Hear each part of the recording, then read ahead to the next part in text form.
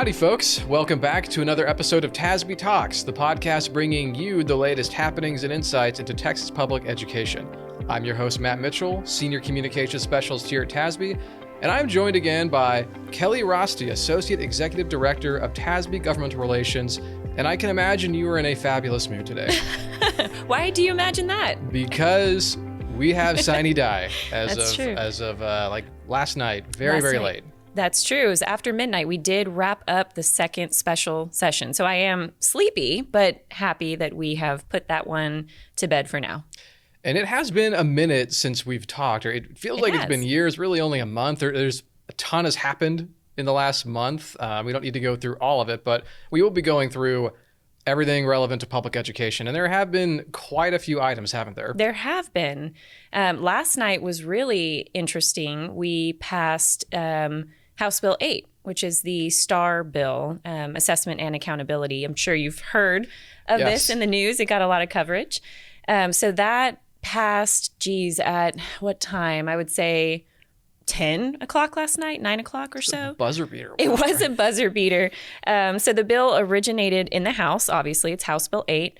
A few amendments were made over there. And when they sent it to the Senate side, it moved pretty quickly, but the Senate made a few more amendments. So when that happens and it comes back to the original chamber, they then have to decide, do we accept the way the Senate changed it, or do we want to send this to a conference committee? So last night, that's what they were deliberating, and they decided to concur with the Senate. They accepted their changes. And lots of interesting stuff in that bill. So I'm happy to get into that if now's a good time. Yeah, that was as good time as any. It's perfect timing. One thing to know right off the bat is the changes that I'm about to describe that will come from this bill, for the most part, don't go into effect until the 2027 school year. So for parents, trustees, folks who are listening, we are still this current year and next school year, we're still rocking with the same assessment program with the STAR. That's good. I mean, I've heard these are pretty big changes, so they definitely need time to prepare for them. They are significant changes. Although one of the changes eliminates a STAR end of course exam, English 2. And that's a high school exam. My daughter is in high school and she's taking that one this year. So she is not thrilled about the timeline of this bill. That's too bad. Just missed it. Just missed it. So the bill does a couple of things. It's folks who were listening during the regular session to House Bill 4 might recognize a few similarities in this bill. It's different, though, than what we saw in the regular session, but some pieces remained the same. So the biggest change in the bill is related to the test itself. Right now, we have the STAR test, which starts in third grade and goes up through high school. In different grade levels, you have different subjects that you have to sit for the exam for. But what this bill will do is move from one end-of-year exam only to 3 shorter exams, one at the beginning of the year, one at the middle, and then one at the end. An important component to know is that, at least to start with, in 2027, when this goes into effect, those first 2 exams will not factor into the child's overall score, nor will it factor into the A through F rating calculations for the school or for the school district. There was a lot of debate and discussion about that on the House floor last night. I got the sense that there might have been some confusion with that. And granted, the bill itself is complicated. Even if you are a lawmaker who sits on the education committee, or even if you're an educator, the accountability system is kind of a beast to understand, and it changes fairly often. So it's hard to track. So I think that there was a lot of very thoughtful discussion on the House floor yesterday, but lots of confusion about how, if at all, will these 2 additional tests beginning in middle of year impact the accountability system. So to clear that up, it will not impact that immediately. The TEA commissioner does have a requirement to plan for how to potentially incorporate a through-year growth measure into future accountability indicators and ratings. So he will need to report back to the legislature and a new accountability advisory committee in a couple of years. Campuses who are currently using exams in the same way for beginning and middle of year testing, such as the MAP, that's a common one. MAP test, we heard a lot about. I think lawmakers have heard that one in particular so frequently that that's kind of their go-to example. So if you're currently doing that locally, you will still be able to select a beginning and middle of year exam of your choosing if it's on the commissioner's approved list. Those 2 tests can be norm referenced. The end of year exam will remain a criterion referenced exam that the TEA creates and selects. So that, I know that's a lot. That's on the assessment side of things. And then high school level, as I mentioned, English 2 is being removed. That is not required by the federal government. There are 2 other exams that students take that are also not required by the feds, but those are remaining. That's 8th grade social studies and high school U.S. history. So those 2 remain. On the accountability side of things, I think it's really important for folks to know about this. The CCMR indicators, which is college, career, military readiness, are changing to include a new indicator for military readiness. So now, when this goes into effect, if you have a child who completes a JROTC program and then also passes the ASVAB test, which don't ask me what the acronym is, I have since forgotten, but it's basically the aptitude test for entering the military. If a child does both of those 2 things, that will count as military ready for that student and for their school. That's something that schools have been asking for quite some time. It's difficult right now to get military readiness because it's very difficult to get enlistment data. So we're really happy about that piece in the bill. And then another item in the bill that we were happy to see is that the commissioner, TEA, when he changes cut scores, will have to notify school districts 2 years in advance, which is very helpful. And on top of that, for those 2 years, districts will receive a what-if rating that shows them, if we were already using this new set of scores, of cut scores, this is what your rating would be. So you really get some time to figure out how to navigate under what will be the new rules. So there's a lot more in the bill. It's a pretty long bill, but that's probably, I would say, the key pieces that are on folks' minds right now. So some good pieces overall. Definitely complicated. Thank goodness you're here to explain this, because I would have been so lost. So thank you for that. But we were also tracking several other items besides the STAR bill. Yes. What else happened with other bills and happenings in pub ed that we were tracking over the last several months? Sure. There were a couple of bills that we were watching pretty closely during this most recent special session. One of them was House Bill 17.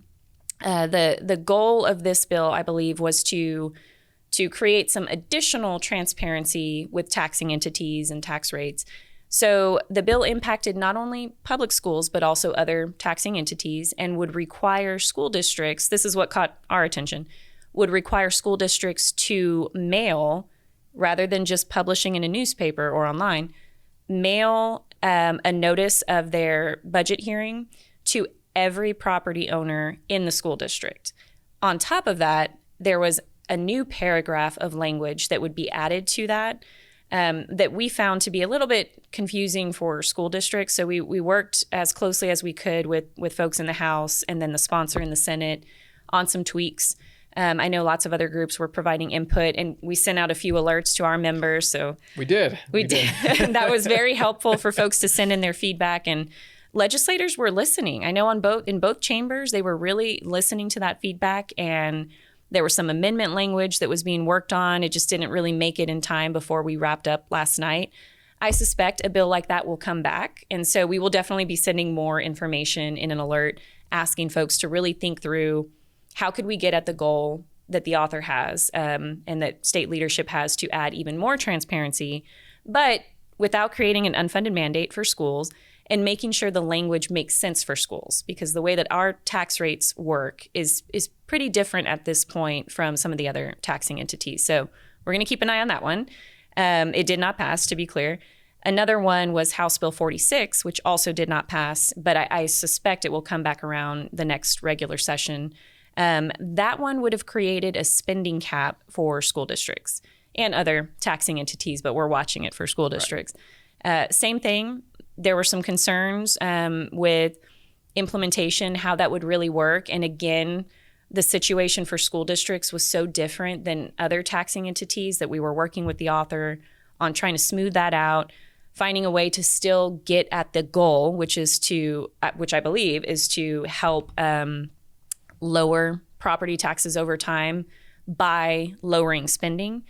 And, I testified respectfully against this bill in the House and let that committee know that there were a number of reasons that you shouldn't put that type of a spending cap on school districts, not least of which being that schools spending is almost entirely tied to state or federal mandates.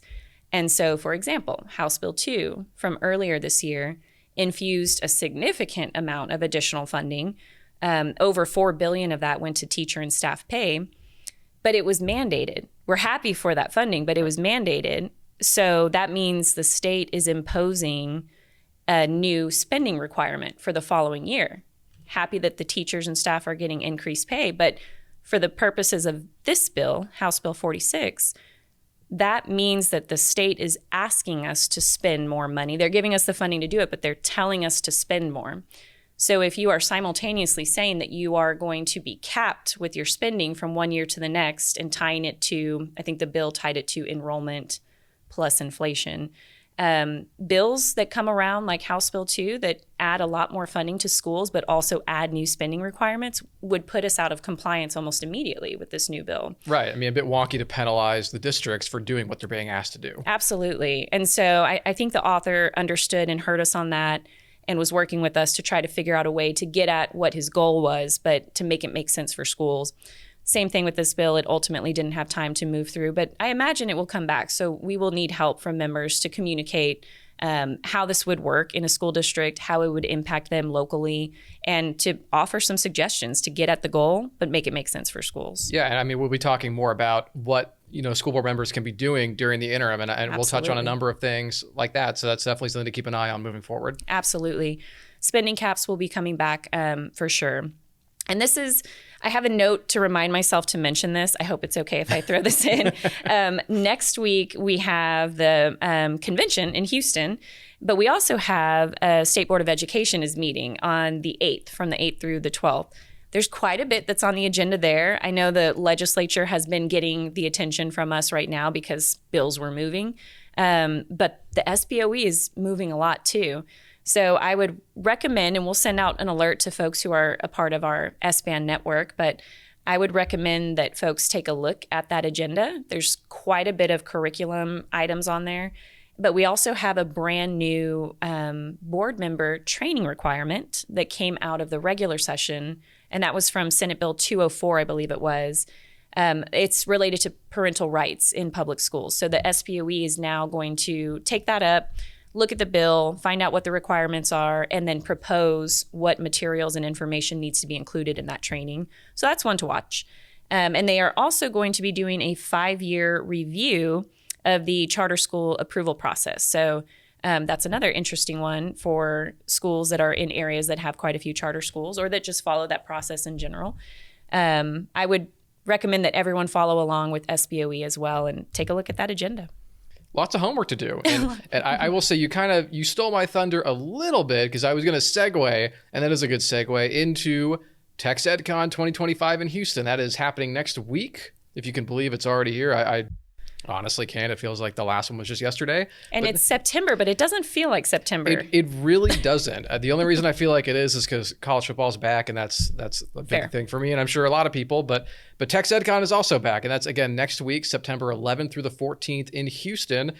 And so I would say, the session's over. You're going to maybe have some of your life back, but we got a big convention coming up, a lot of exciting things happening, super exciting stuff. And I wanted to ask, what is happening in the GR world at txEDCON? We have a lot happening. And so I am really excited that session ended so that we can really focus now on some of the other things that we do.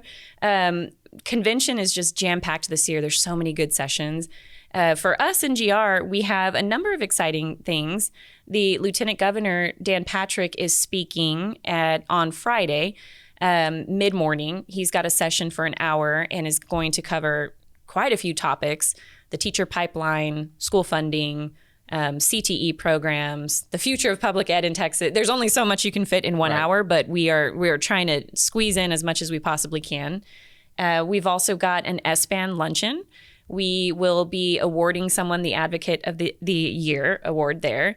And then we also have a guest speaker, Senator Menendez, who sits on the Senate Education Committee, will be there to do something similar to the Light Gov, providing some moderated discussion. That one, if you're not a member of SBAN already, you can go to the TASB website. You can probably help me with navigation. You go to advocacy. Yes. You go to the advocacy tab on the TASB website, little drop-down menu, go to the Capitol Watch page, and from there you can sign up for SBAN. You can receive SBAN alerts. You can receive the legislative report, all kinds of goodies. And again, like you said, the SBAN luncheon is just another perk of joining this great network. Absolutely. And if you're not a member, but you are at convention, stop on by and you can sign up and we'll bring you on in. That's a good one that you don't want to miss. We have something new that I don't think we've done before, at least not with me being here at TASB, but we've got 2 chiefs of staff from the House, one from a Republican office, one from a Democrat office. Both of the representatives sit on the House Public Education Committee. Their 2 chiefs of staff are going to sit for a moderated conversation with me. And I'm really excited about that, so that hoping they can kind of pull the curtain back on how legislative offices work and operate. And the idea for this session came from a chief of staff who, during the heat of session, had told me, kind of frustrated, had told me that a number of school folks had come by the office and wanted to meet with the representative. And the representative was unfortunately on the House floor at that time and couldn't meet with them. And then the school group didn't want to stay and talk to the chief of staff. They really just wanted to wait for the elected official, which I understand. Right. But this chief of staff was very well versed in public ed policy and was eager to talk to them and didn't get the chance really. So he came back to me and said, something that you could probably do is connect some trustees with staffers so that they understand exactly what the staffers are doing, how they can help, and what their expertise is, because a number of members have certain areas that they're really well versed in, but they can't be a subject matter expert in everything. Their staffers often are, though. And so, anywho, this session idea came from that conversation, and I thought, well, we'll just have a session where we bring in staffers and you can talk directly to our members and let them know what they should do, what's helpful, what's hurtful during the heat of session. I will be at that one for sure. That is my jam. I've really gotten into the ledge, since I've been here at TASB, so I'm super excited for that one. That's going to be a good one. I hope that's a recurring one. And then we also have a session later in the day on Friday with Docs, who's a frequent participant in the podcast. Some would say he's a co-host almost. He's a co-host with the most. Docs and Rafe Calvert from the GR team as well will be presenting on advocacy matters in the interim. Because assuming that we don't have any more special sessions, assuming this is the beginning of the interim, there's a lot of work to be done. And so they're going to speak to that and what trustees and school leaders can really be doing now to prepare for the next regular session. Yes, it'll be here before we know it. And Absolutely. We are so very much looking forward to all those exciting things happening at txEDCON. And I would like to mention, if you haven't registered yet, but you would like to, there is still time to register. You can register through September 10th, and then you can also register after September 10th on site in Houston. So again, those of you listening that maybe aren't registered yet, there's still time to do that. Perfect. And Kelly, it's been great having you on as always. And I'm gonna let you. I don't know if you can even rest at all, but I hope you can a little bit this weekend, maybe not. But it's been great having you on, and we will be having you on in the future as we'll obviously have more important GR-related happenings over the coming months as we enter the interim. Absolutely. I'd love to come back. Well, thanks so very much, and thank you all for tuning in as always. You can find the TASB Talks podcast on Apple and Spotify, and you can find us on our TASB YouTube page. Thank you so much.